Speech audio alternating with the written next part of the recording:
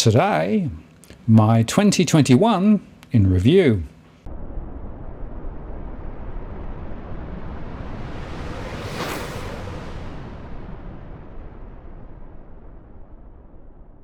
Hello again, it's Martin North from Digital Finance Analytics, one that is posts covering funds and problem news with a distinctively Australian flavour.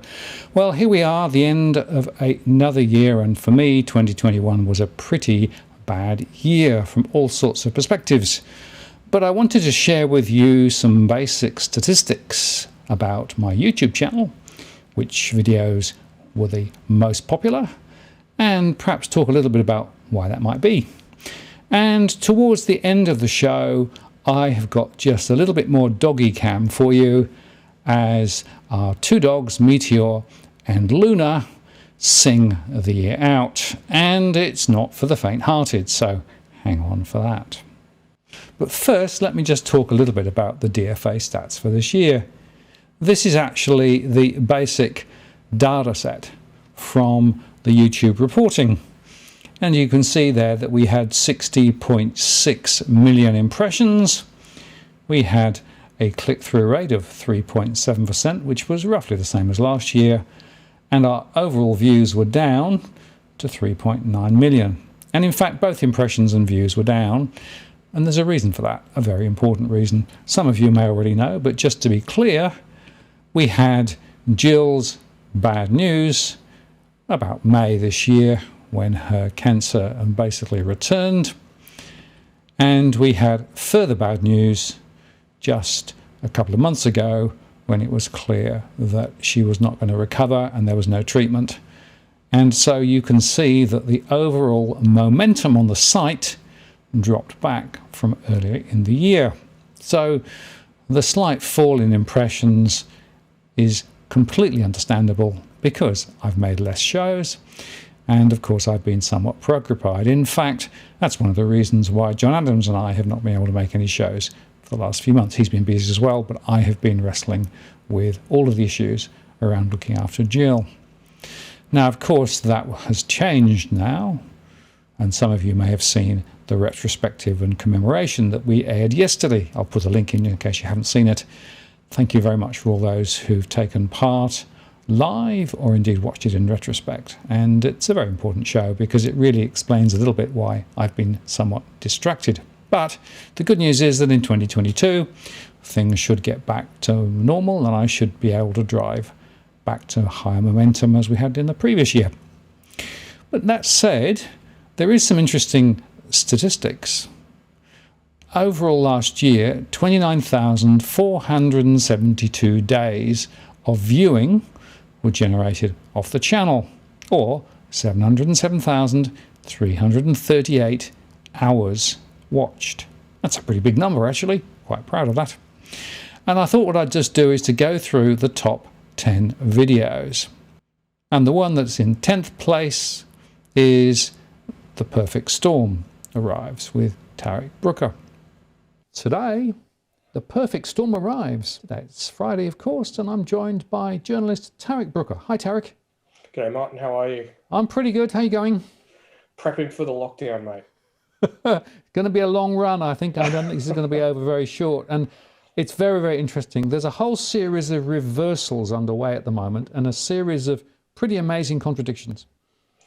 Well, I mean, I suppose if you really look into it that deeply, there's been a lot of contradictions for quite a while now, but in 9th spot, we had the property bubble with Tony Locantro.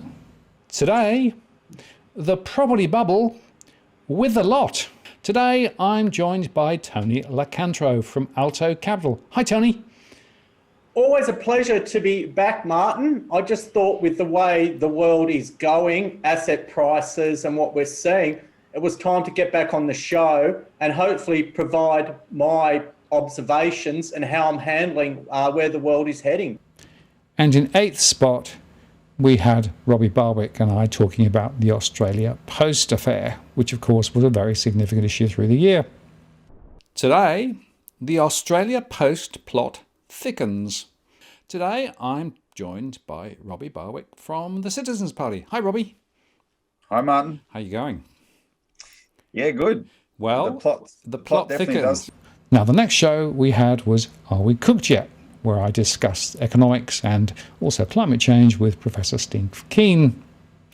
Today, Are We Cooked Yet?, with Professor Steve Keen. And today it's my great pleasure to bring Steve Keen, Professor Steve Keen, back on again. Hi, Steve. Hey, Martin. Good to be in touch again.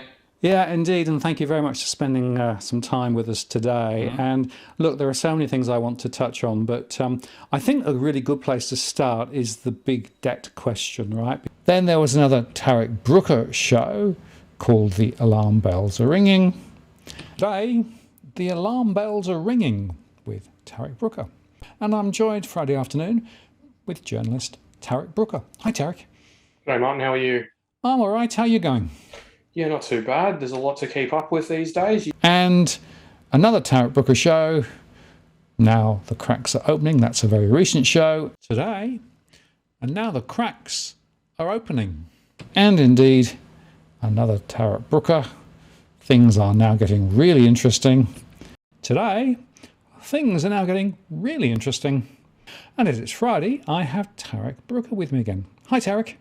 Hey, Martin, how are you? Yeah, pretty good. Interesting times again. A lot of things going on and a lot of wobbles around. Well, I suppose that's pretty much how you could sum up things in their entirety. Things are getting quite wobbly, and you know it's not just here in Australia. It's around the world. And another Tarek Brooker with the dominoes are falling. Those last two quite recent as well. Today, and so the dominoes fall with Tarek Brooker. I'm joined for our regular Friday afternoon chat by Tarek Brooker, journalist and data extraordinaire. Hello. I wouldn't go that far, but I appreciate the kind welcome, Martin. Great to have you back on again, and people love your charts and they love the deep insights that you share. So welcome back. Oh, thanks, mate, and I really do appreciate the kind words from the community and their continued support. Yeah, it is good, isn't it? And look, you know, I always say there's a lot to talk about, but there's a lot to talk about. Well, yield curve control blew up in the RBA's face today, which was just, I'm not going to lie, I got a certain sense of satisfaction out of that, just watching it all go nuclear on them, and you know, watching the 2-year bond go up something like, in terms of its yield, go up something like 600% or 700% in the space of about 4 days. The show that was in number 2 position was a show called The Great Reset Has Already Started. And that, of course, was with Eliza Barwick, the other half of the Barwick team. So, Robbie, you've been outbid this year. Have to try better next. Today, The Great Reset has already started. Today, I'm joined by Eliza Barwick from the Citizens Party. Hi there. Hi, Martin. Great to have you on the show, and we've got a really, really important topic to discuss today, because I tell you, I reckon there are more YouTube shows up there at the moment about the Great Reset, and every pundit's got his view or her view about what's going on. And what I want to try and do is strip away some of the sort of hype and try and understand what's really going on. We're going to demystify it a little bit for people today.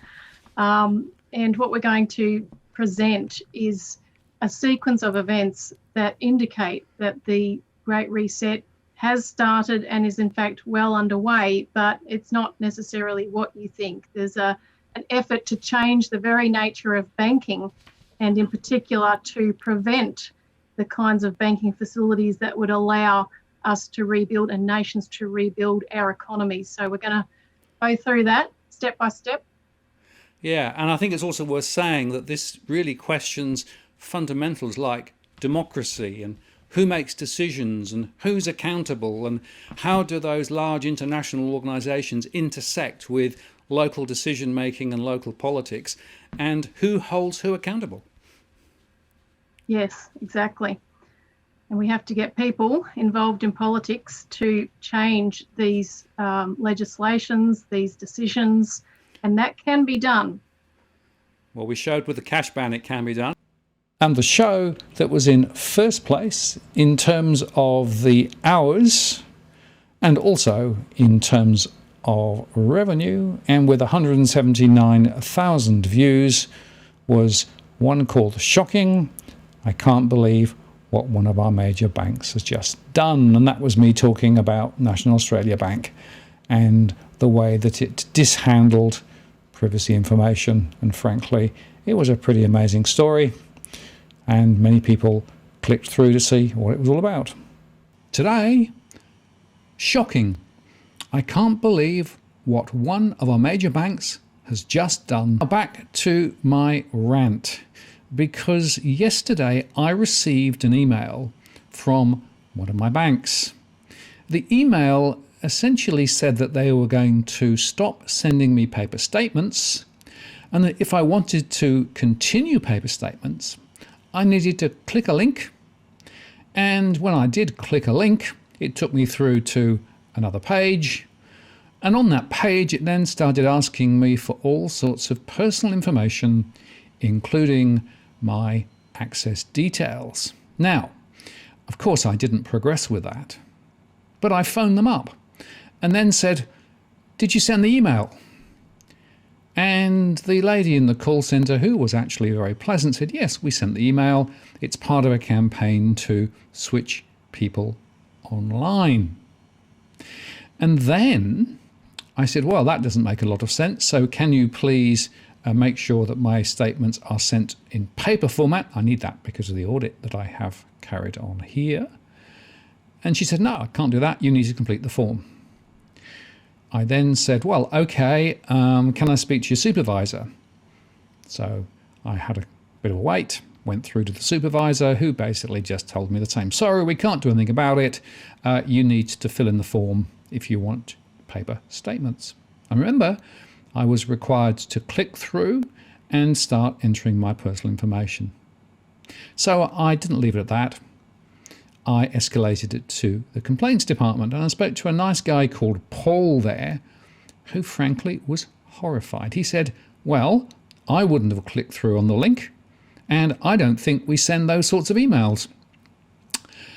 "Okay," I said, "well, I'm making an official complaint because I think that you should not be sending this type of email, and you should not be asking people to click through and complete personal information."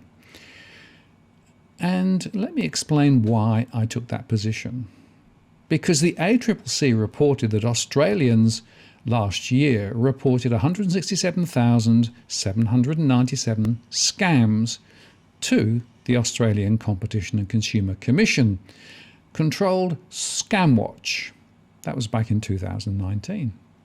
That's a 34% increase over the year prior, and the financial impact in 2019 to Australians was just over $634 million.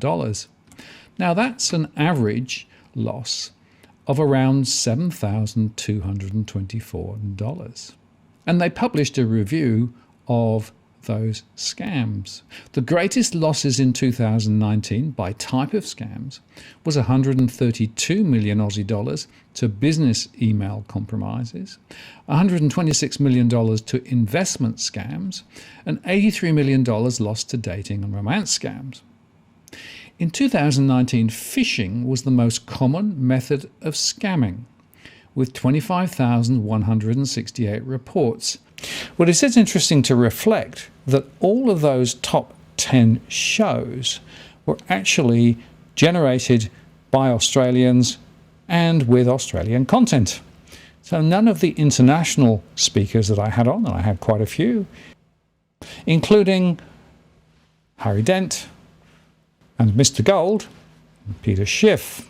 But it makes a really interesting observation that the truth is that the best shows are the ones that are actually generated locally. And that's telling me a lot about where I should be focusing next year. Now, this last year, I did say I was going to be focusing on asbestos. We certainly did that.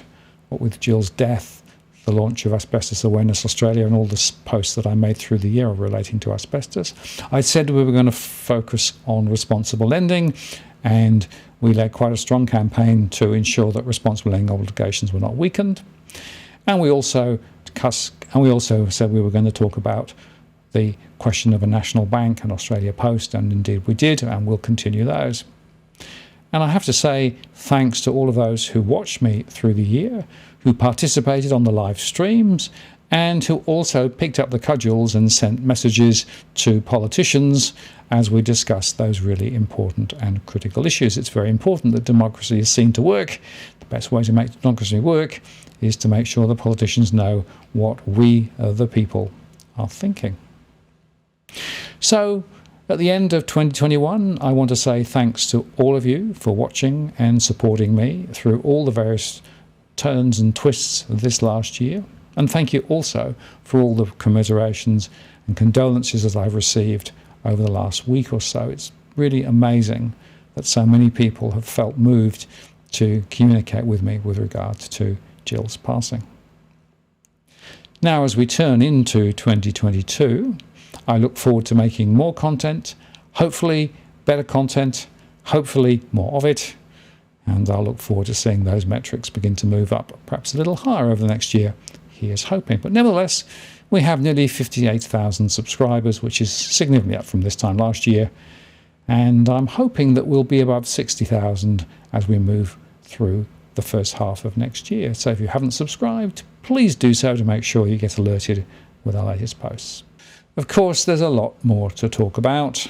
We've still got the issue relating to ASIC and whether it's effective or not, what the Reserve Bank is doing, where interest rates will go, what property prices will be doing, the broader question of whether the central banks have any idea about what's really going on, as well as climate change and other social and economic issues. So there'll be plenty to talk about, and I'll have more guests on. Anyway, I'm now going to leave you with just a little concert performance from Meteor and Luna. And to explain, every time I play the piano, they join in, probably all the notes, but not necessarily in the right order. Enjoy, and I'll see you next year. Good girl. Right, ready? You want to sing?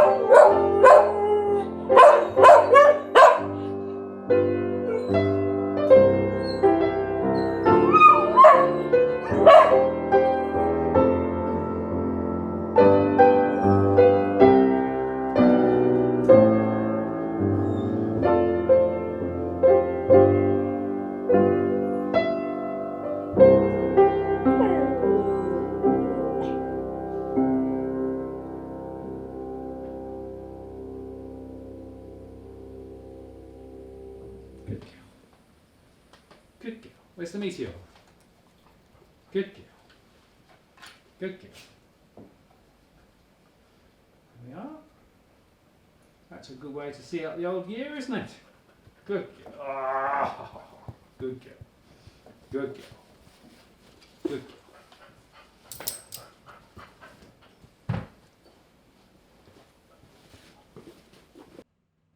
This is Martin North from Digital Finance Analytics. Many thanks for watching, and I'll see you again next time.